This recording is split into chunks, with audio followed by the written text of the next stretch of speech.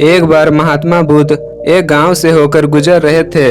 गांव के किनारे एक नदी बह रही थी। महात्मा बुद्ध उस नदी के पास गए और स्नान करने लगे। वो काफी थक चुके थे और थका हुआ महसूस कर रहे थे, तो उन्होंने सोचा कहीं बैठकर कुछ समय आराम कर लिया जाए। पास में एक वट वृक्ष था। वट वृक्ष के छांव में महात्मा बुद्ध आराम करने लगे। तब उस गांव के लोगों को पता चला कि महात्मा बुद्ध हमारे गांव में आए हैं। गांव के सभी लोग महात्मा बुद्ध के पास गए और उनका काफी ज्यादा आदर सत्कार किए। महात्मा बुद्ध भी काफी ज्यादा खुश हुए। उसके बाद शाम होने लगी। महात्मा बुद्ध गांव से निकलने की योजना बनाने लगे।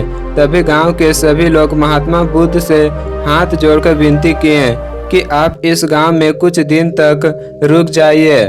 गांव वाले के प्रेम भाव को देखकर महात्मा बुद्ध वहां रुकने के लिए राजी हो गए। अगले दिन गांव वाले एक एक करके सब अपने समस्याओं का समाधान पाने के लिए महात्मा बुद्ध के पास आने लगे। महात्मा बुद्ध बारी बारी से सबका समाधान बताते गए। तभी एक बूढ़ी औरत भगवान बुद्ध के पास आई और बोली, महात्मा, मेरा एक लड़का है जो 21 साल का है।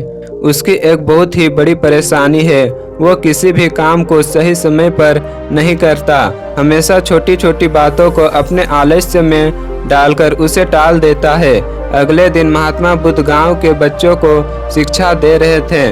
तभी उस बुढ़िया का लड़का भी वहां आया। लड़का भगवान बुद्ध के पास गया और प्रणाम किया। भगवान बुद्ध उसे पहचान गए। उन्होंने उसे अपने पास बुलाया और पूछा कि तुम इतना देरी से क्यों आए हो। लड़का ने जवाब दिया, हे गुरुवर, मेरी माता ने मुझे आज सुबह में जल्दी नहीं उठाया। महात्मा बुद्ध को उस लड़के के अपने काम को टालने वाली आदत के बारे में पता था। महात्मा बुद्ध ने उससे कहा, मैं तुमसे 3 सवाल करूंगा। क्या तुम डेली अपनी माँ को खाना बनाने के लिए कहते हो? लड़का बोला, नहीं। दूसरा, सुबह जब सूर्योदय होता है तो क्या तुम उसे जाकर कहते हो कि चलो सूर्योदय करो? लड़के के पास कोई जवाब नहीं था। सवाल नंबर 3, उन्होंने पूछा कि चंद्रमा रात में ही क्यों उगता है? इसके बाद तीनों सवाल जब पूरे हो गए तब लड़के के पास कोई जवाब मौजूद नहीं था।